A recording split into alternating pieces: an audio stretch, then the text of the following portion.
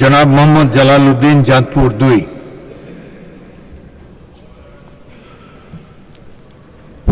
বিসমিল্লাহির রহমানির রহিম। রমজানুল মুবারক। মাননীয় স্পিকার, আপনাকে ধন্যবাদ কথা বলার সুযোগ দেওয়ার জন্য।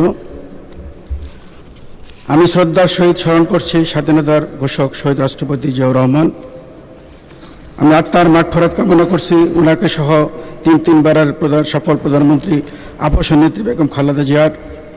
ধন্যবাদ জানাই হাউস লিডার ও মাননীয় প্রধানমন্ত্রীকে এবং ওনার পরিবারের সকল সদস্যের নেক হায়াত ও দীর্ঘ জীবন কামনা করছি।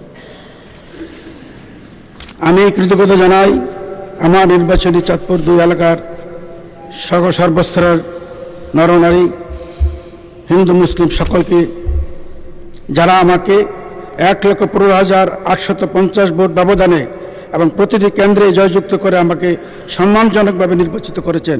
আমি সেই মতলববাসীর কাছে চিরকৃতজ্ঞ।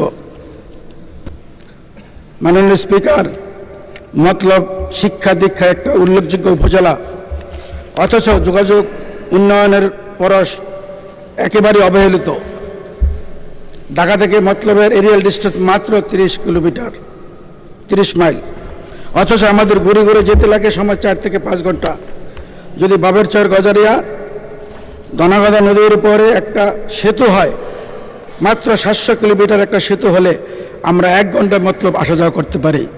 এই ব্রিজটি হলে শুধু মতলবের উন্নয়ন হবে না, সারা বাংলাদেশের উন্নয়ন জড়িত আছে এই ব্রিজের পিছনে। এই ব্রিজটি হলে মতলবের উন্নয়নের পরশ এতই পরিবর্তন আসবে যে সেখানে শিল্প কারখানা, কল কারখানা, ব্যবসা বাণিজ্য অতি দ্রুত বৃদ্ধি লাভ করবে। শুধু তাই নয়, এই ব্রিজটি হলে মতলব চাঁদপুর হয়ে চট্টগ্রামের একটা বিকল্প সড়ক হবে।